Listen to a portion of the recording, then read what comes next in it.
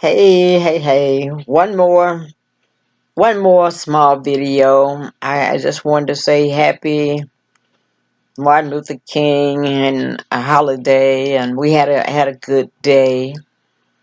And I was thinking about the night he died. I was in the ninth grade, and when it came on the news, it was like nobody in the room said anything. I mean, it was like that's not true. That's not true. And I remember the next day. My mother didn't even want us to go to school because the riots, they started real quick.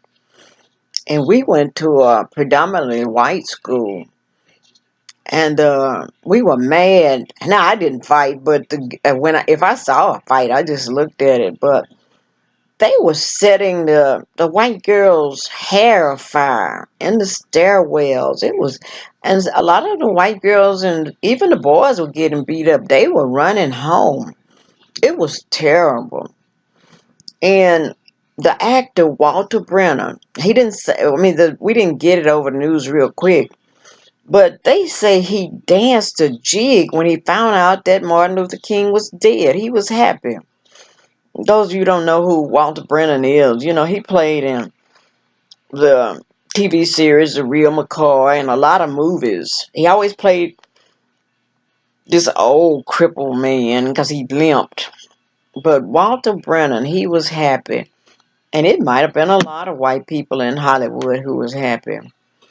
But Martin Luther King, I was happy when I saw the programs on the ABC today and the children saying the speeches and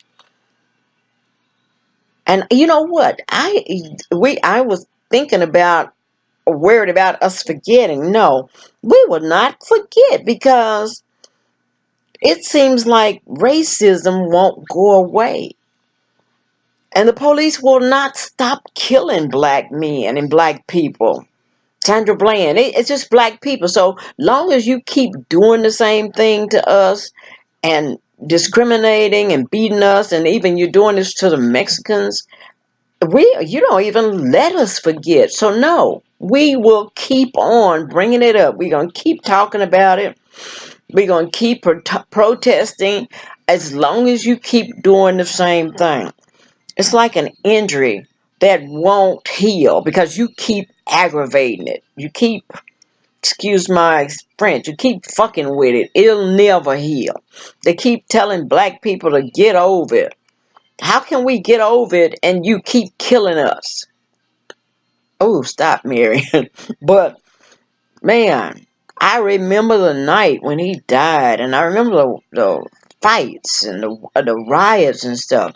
But here in Dallas, the Negro in Texas, he's pretty tame and docile. I don't know if that come from back in the Civil War because it took people in Texas 2 years to find out that we were free. So Texas is a slow moving state. I mean, very slow. So we didn't ride and cut up like that, but the younger generation did in these schools because I saw it.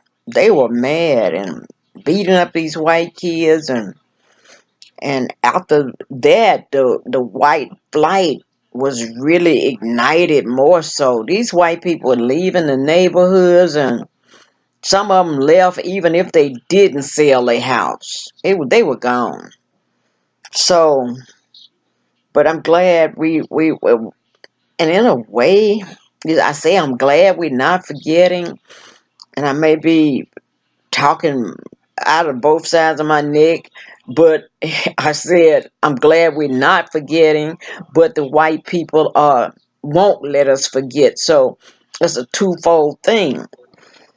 But things have got to get better, and they are getting better. It's a whole lot better what it was because things were so bad back then, but we didn't have anything to compare it to. So what we call bad now was just the way it was. You couldn't drink from the same water fountain, and you had certain days you could go to the fair. The black kids got on their little yellow buses, and certain days they could go to the symphony, and you couldn't be in the same auditorium and listening to the musicians play. They played for the Negroes a certain day, and even all the orchestra was white. So I wondered, did they do a half-ass performance on the days that black children were there? I don't know. Yeah, it's just strange because your world, my world back then was what it was, and everywhere I went that was educational or was fun, it was all black people. You didn't see white people mingling and giving us a drink or fixing us a plate. They just, the worlds were separate. Even if we was sick, if you had to go to the emergency room, you came in through the colored door, the colored entrance. And even in the hospital, the ward, it wasn't no such thing as private room. Our wards would maybe probably 6 to 10 beds, but it was all black people on that ward. You better believe your nurse coming in was black. And I remember when we went to the clinic, it was called Freeman Clinic. It was all black people. And the nurses were black. And the nurses were rude. I never could understand why they were so mean to us when we went to these little clinics. And they were black people. Instead of being nice to us, they treated us like we were stupid. I don't understand that. But that's how it was back in the day. But I didn't get on here to vent, but happy Martin Luther King Day. And Walter Brennan, he was a racist. I don't even know what to call him. But I didn't know he was like that to dance a jig when Martin Luther King died. But anyway, I'm done because that's what it is. But we cannot forget